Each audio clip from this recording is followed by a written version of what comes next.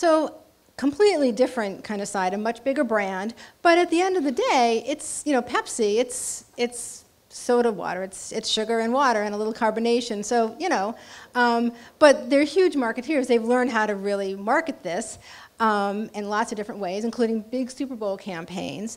But last year, they caused quite a ruckus in the industry when they decided, we're going to take our money out of the Super Bowl and we're going to put it into local community programs. And everyone was like, oh man, that's crazy.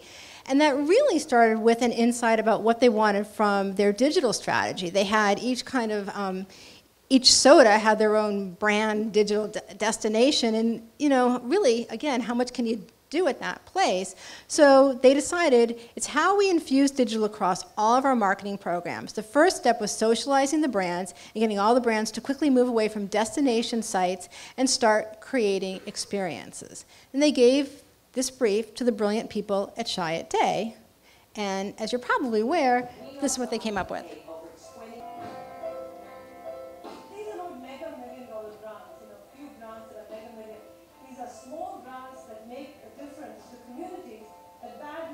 Small grants.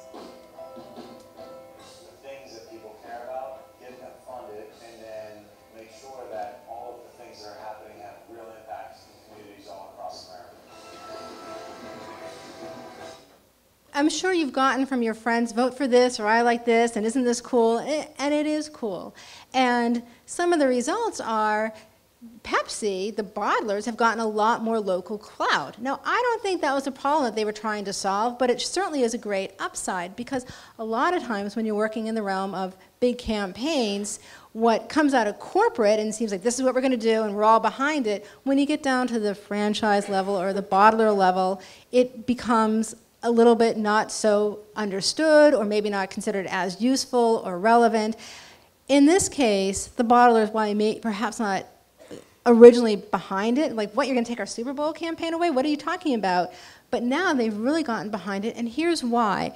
Because without their spending any extra money, when they go into their local stores, they're seeing that they're getting better floor and shelf space. And why is that? Because the people who work in that local store understand that Pepsi is behind local programs, and the bottlers have gotten behind the local initiatives and even throw parties when local initiatives win.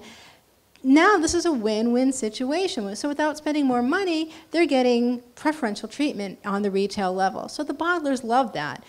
PR coverage has soared because everybody wants to talk about this. It's new and it's novel. And so this is a really great example of experience strategy that is community building, but also is solving a really kind of gnarly business problem, which is how do we make sure that on the bottler level around our country, our brand has a little bit of an edge. Kind of in a different realm, what Domino's did was really interesting. They realized that continuing to shout that they had, you know, thicker crust or thinner crust or cheesy bread or bigger pepperoni or whatever it is that pizza companies say about how their pizza is better than the other pizza, that they had a fundamental problem, which is that, yeah, maybe their pizza wasn't that much better than the other pizza, and they wanted to fix that. And so they started on this journey that was pretty transparent and involved consumers. And I'm sure you've seen the campaign. It's it's from Crispin Porter, and the first part was actually showing the focus groups where people said endearing things like, it tastes like cardboard and your sauce is made of ketchup and things like that. And rather than saying like, whoa, we can't let the world know about that, they thought, hey, you know what? This is our benchmark. We're starting here. Our crust is like cardboard and our tomato sauce people think tastes like ketchup, and we're going to improve. And so they, full transparency, they brought consumers into who within Domino's was driving this, who the chefs were, what the new recipes were going to do, what the CEO would get on TV and say, here's what I'm doing. They had these two people doing YouTube videos saying like, oh, it felt terrible to hear people say that about our product, so we have to fix this.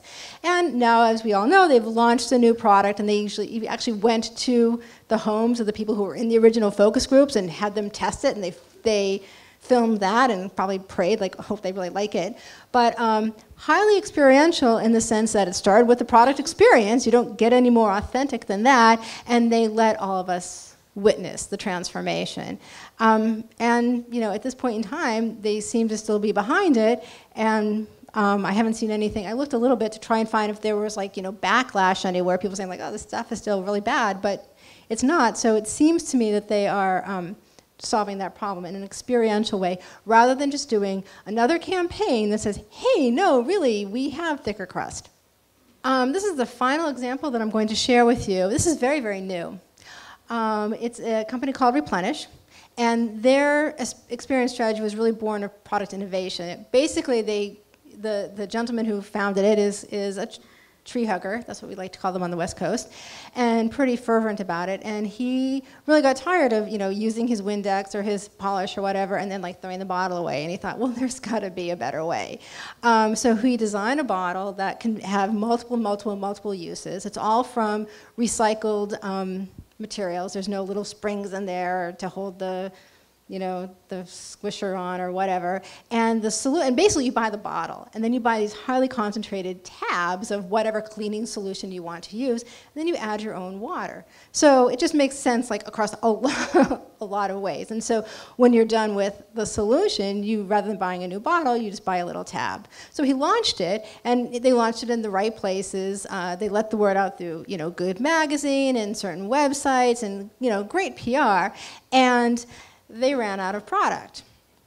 And so when they ran out of product, rather than people being like, oh gosh, people can't even get their act together to have enough product when they launch, it actually strengthened the community. So they got emails from people saying, hey, I really love what you're doing, and let me know when you have product back on the shelf. The other thing they did, which is nicely experiential, is they started to define who's in our community and who's not in our community. And the people in the community are these reusers. So there's this pledge.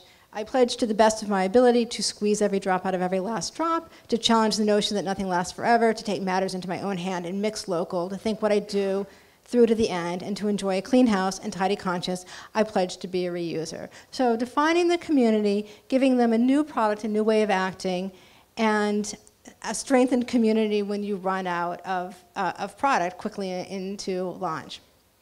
It'll be interesting to see where they go, but if you visit their website, you'll see that they're very authentic about what they're setting out to try and achieve, and including being authentic about, hey, we're just starting this out and we haven't figured it all out yet, so bear with us. So, what does it mean? What does this all mean to you guys? So you're going out in the world and you think, well, how is any of this knowledge about experience strategy useful to me?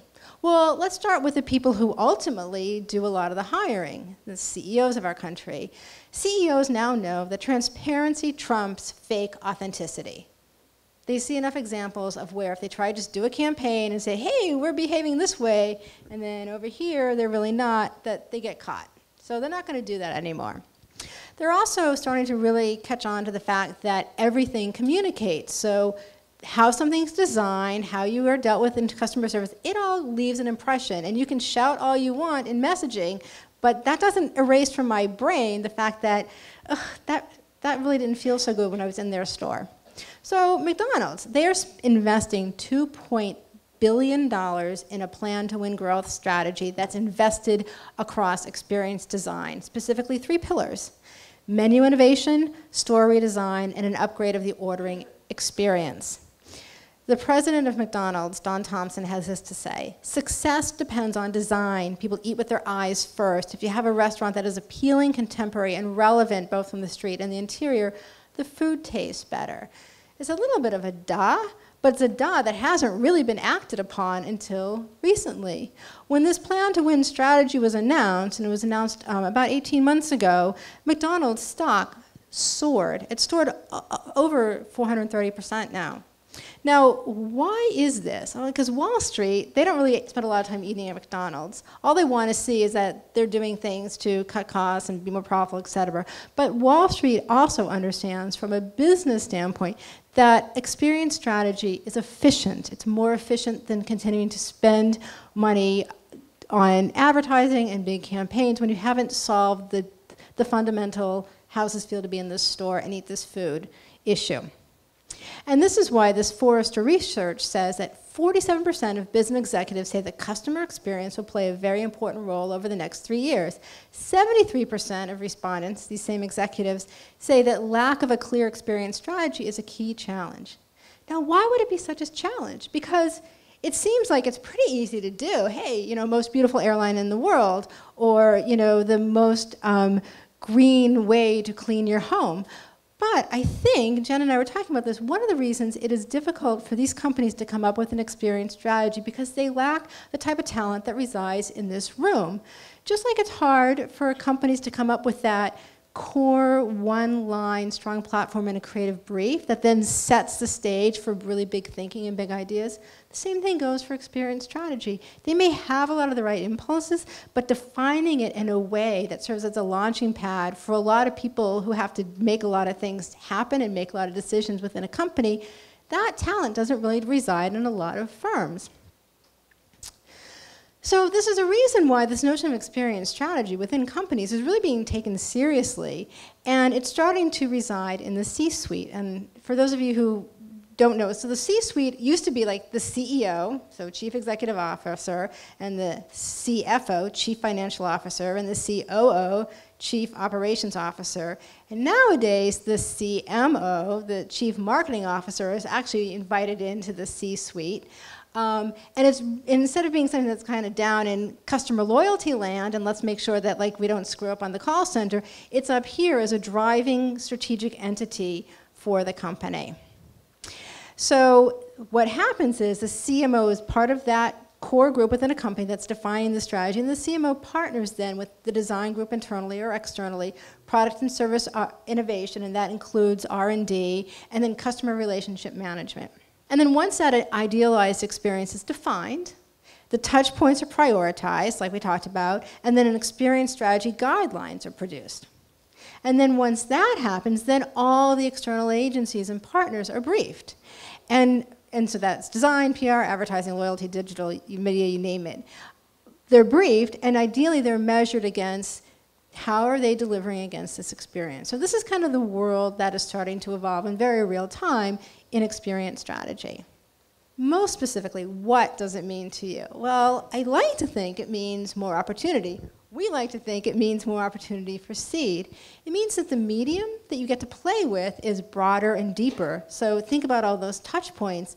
It's not just can you do digital and can you do some outdoor poster and maybe some guerrilla. It's saying, you know, how should we answer the phone and what should the hold music be, and should we think about uniforms and what type of people do we want to hire, and boy, when you visit our corporation, what does that look like? So it's really expanding, you know, the field, the playground that you get to play in. Your list of potential employers has expanded. Now you could go to innovation firms, you could go to design firms, still advertising agencies, and Crispin Porter's been in this space for quite a while, actually, and doing quite well with it. So if you now have this as part of your skill set, it just makes you more valuable. And then you have more ways to make an enduring impact on a brand. So it's great to be able to say, hey, I worked on that really cool campaign, or I thought of the core idea that that campaign was built upon. But it could also be really great to say, hey, you know how this company behaves, or how this packaging feels so cool, and the product feels so cool? Well, I was the person who came up with that core platform that said we have to have really easy to use products and really easy to open packaging. Or we have to have a group of people who work at this organization who are smarter than any other people, whatever it is. But to be the person that defines that, it seems to me that that's probably more enduring in the long run. And I like to think, we like to think, you can have more fun with this because it is a new vast playland, and it definitely has the attention of people who are trying to drive their brands and their companies forward. So that is experience strategy.